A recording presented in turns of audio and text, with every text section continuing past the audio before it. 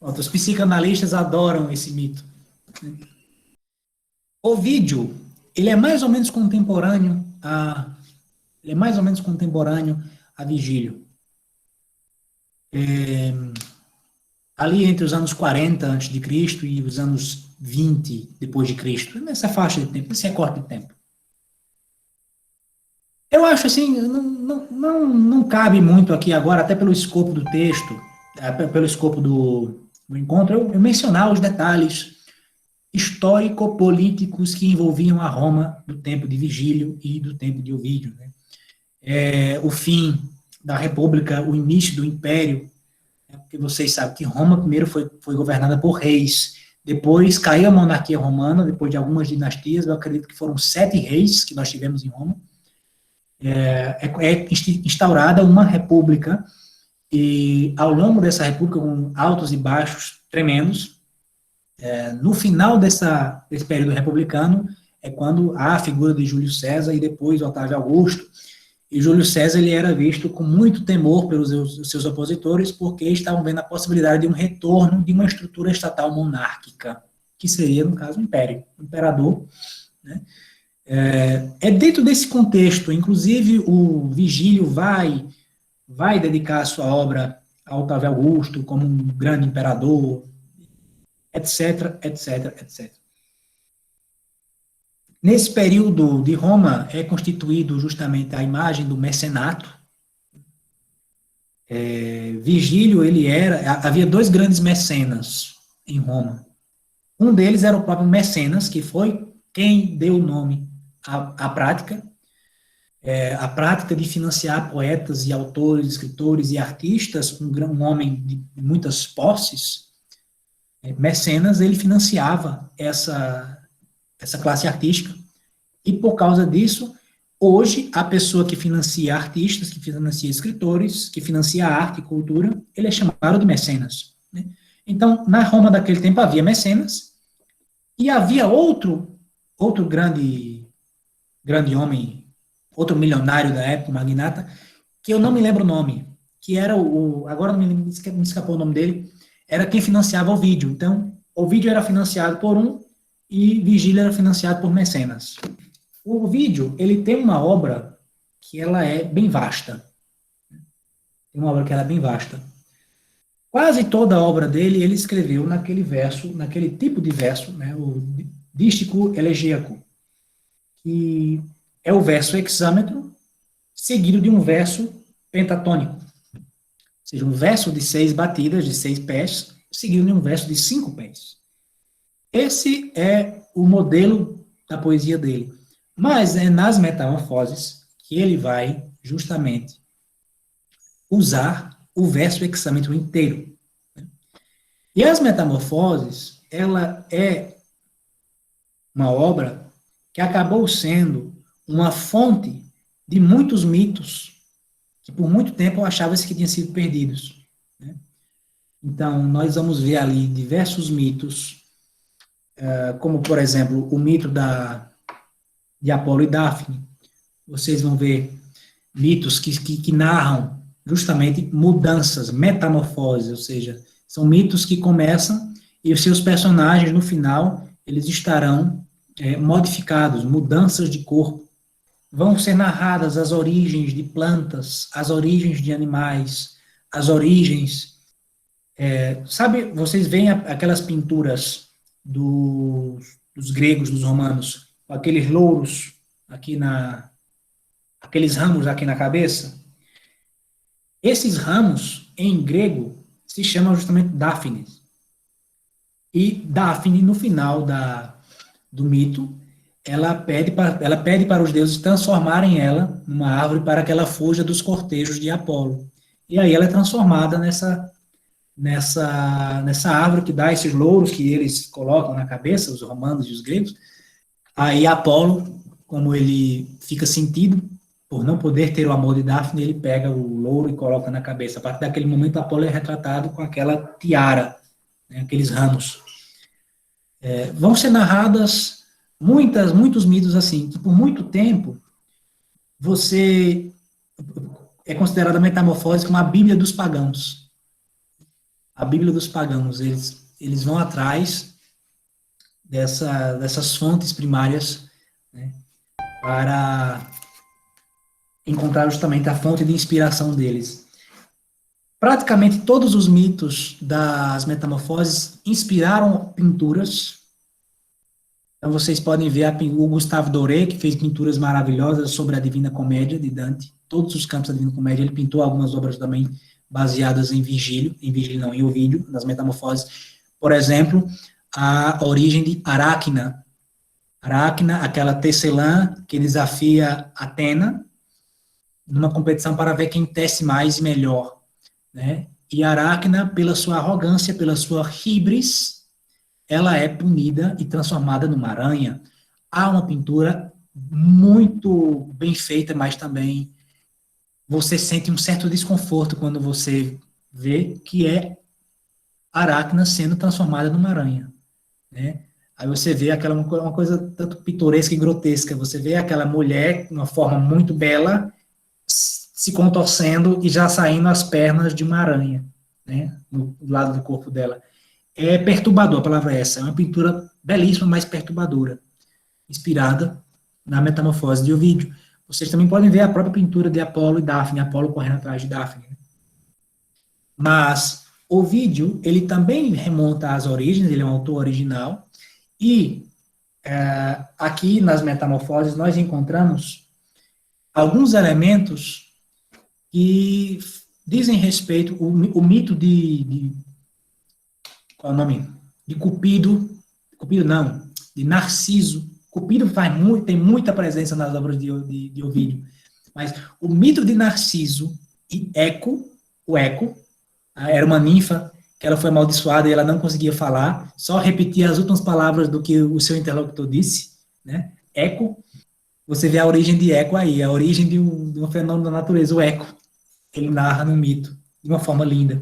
O mito de Narciso e Eco é uma das coisas mais lindas que eu li na minha vida. É belíssimo. Você lê isso aqui xingando. A edição que eu tenho aqui é em espanhol. Você lê xingando. Daí você toma palavrão para cima de tão bonito que é o negócio. Aqui também tem outro mito belíssimo, belíssimo, belíssimo, que inspirou óperas, né? Gluck, um grande autor do século XVIII, não me lembro se ele é italiano ou se ele é alemão. Não me recordo. Gluck. Houve releituras da obra de Gluck por um pianista italiano, Sgambati. Sim, é italiano, mas não, Gluck era austríaco. Gluck, austríaco. Gluck fez uma ópera belíssima, belíssima, belíssima, que é Orfeu e Eurídice, baseado nas metamorfoses de Ovídio. Então, vocês vejam que uma obra, ela tem um impacto tremendo na arte. Uma obra literária, ela tem um impacto tremendo em todos os outros campos da arte. Então, você consegue ver óperas inteiras retratando mitos das metamorfoses de Ovídio. Orfeu e Eurídice é um desses. Vocês também encontram aqui, principalmente nesses cantos referentes ao mito de Orfeu e Eurídice e a morte de Orfeu, vocês encontram elementos dos ritos da religião órfica sendo retratados no poema. Então, muitos elementos da religião órfica, que era uma religião que nós chamamos de cultos mistéricos, ou seja, era uma religião que o seu conteúdo só era revelado para pessoas iniciadas. Praticamente tudo a respeito dessa religião se desconhece, porque se perderam as fontes, além de ser uma religião essencialmente esotérica, ou seja, só conhecida por pessoas iniciadas. Há elementos da religião órfica sendo contados pelo poeta Ovídio. Então, aqui você pode ler essas obras, mais uma vez tocando nessa tecla, com o olhar de um historiador das religiões, com o olhar de um antropólogo, com o olhar de um artista, de um poeta, de um músico, de um pintor, para vocês verem o nível de densidade dessa obra. Isso aqui, as Metamorfoses de Ovídio, é uma das coisas mais lindas que eu já li na minha vida inteira, não tenho dúvidas, não tenho dúvidas, é belíssimo, belíssimo. Ovídio, ele, ao contrário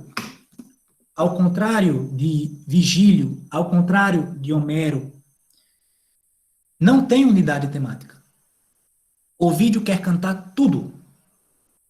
Ele quer cantar tudo. Ele quer cantar aquilo que cantou Homero e o que não cantou Homero, e quer cantar aquilo que cantou Virgílio e o que não cantou Virgílio. Né? E ele começa, no verso hexâmetro, como é que começa as Metamorfoses de Ovídio? In nova fert animus mutatas dicere formas, corpora dicots nam mutasti et illas. In nova fert animus mutatas dicere formas. Ele quer cantar, né? Como é que eles foram traduzidos, as novas formas, né? Eles traduziram aqui no espanhol, me lleva mi espíritu a hablar sobre los cambios de forma que renovaram los cuerpos. E quando a gente fala cantar, está fazendo referência à tradição essencial da poesia, que é a poesia nasce com música e a música nasce com poesia. São indissociáveis, por isso que a gente fala cantar os versos, porque esses versos eram cantados e muitas vezes acompanhados de música, instrumento musical. Né? Então, me leva o meu espírito a falar sobre os câmbios, as mudanças de forma que renovam os corpos. Aí ele pede aos deuses, né? Alenta meus projetos, deuses, já que vocês também mudaram. Então, os deuses também mudaram de corpos. E guia até os meus dias, desde a remota origem do mundo, um poema longo. Ou seja, Virgílio, ele quer cantar tudo o que aconteceu desde a remota origem do mundo até os seus dias. Né? E, diferentemente de Virgílio, Ovídio, ele não retoma inicialmente a fonte primária, que é Homero, mas ele vai falar da origem do mundo. E aí, no caso, ele está retomando Hesíodo. Ele vai falar, aqui em Ovídio, nós encontramos um outro tipo de mito, que é o mito cosmogônico, ou seja, um mito de origem. Né? Isso aqui é o típico poema etiológico. Né? O poema que fala das origens é um poema etiológico. Só que ele traz uma perspectiva épica, por causa do verso hexâmetro, e também, ao longo, né, o Ovídio vai falar da criação, da regeneração, da decadência do mundo e da sua destruição. Aí vem um mito da conflagração universal. Né? O mundo ele é destruído pelo fogo, e aí o mundo depois ele é reconstruído, recriado, e aí o mundo volta. Isso é o mito do eterno retorno. Né? O mito do eterno retorno. Tão importante para a fenomenologia da religião. Né?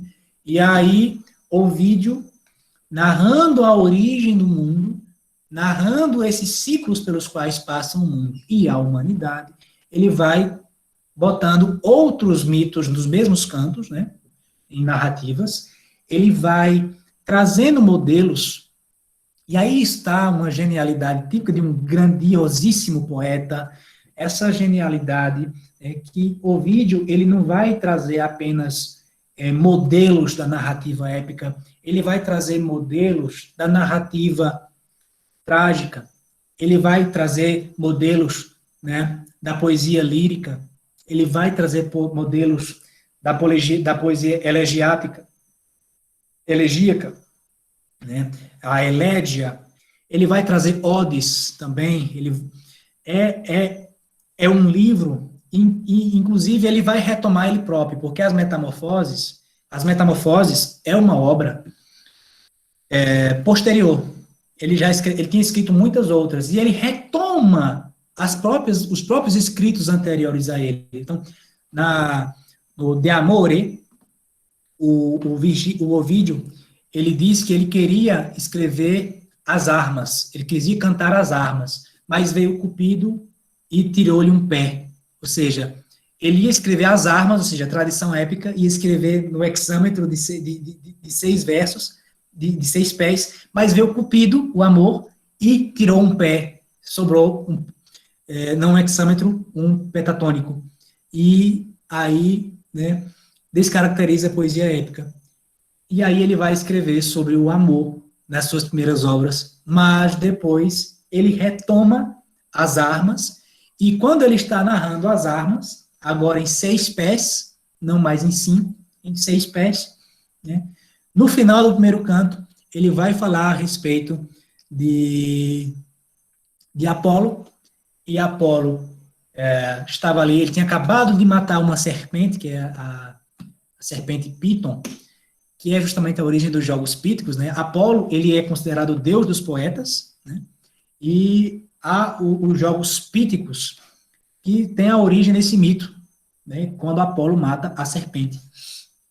E Apolo estava lá no alto do monte, e vem Cupido, encontra o deus, e começa a conversar com ele, e Apolo começa a se vangloriar e a fazer pouco caso de Cupido, ele com seu grande arco, Cupido com um arco pequenininho, né?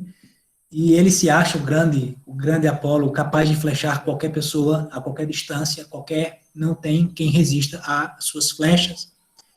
E Cupido diz assim: você pode ser aquele capaz de flechar qualquer pessoa, mas eu sou aquele que flecha aquele que é capaz de flechar qualquer pessoa. Algo assim que ele conta aí. Cupido, com seu pequeno arco, flecha Apolo, e Apolo fica perdidamente apaixonado por Daphne.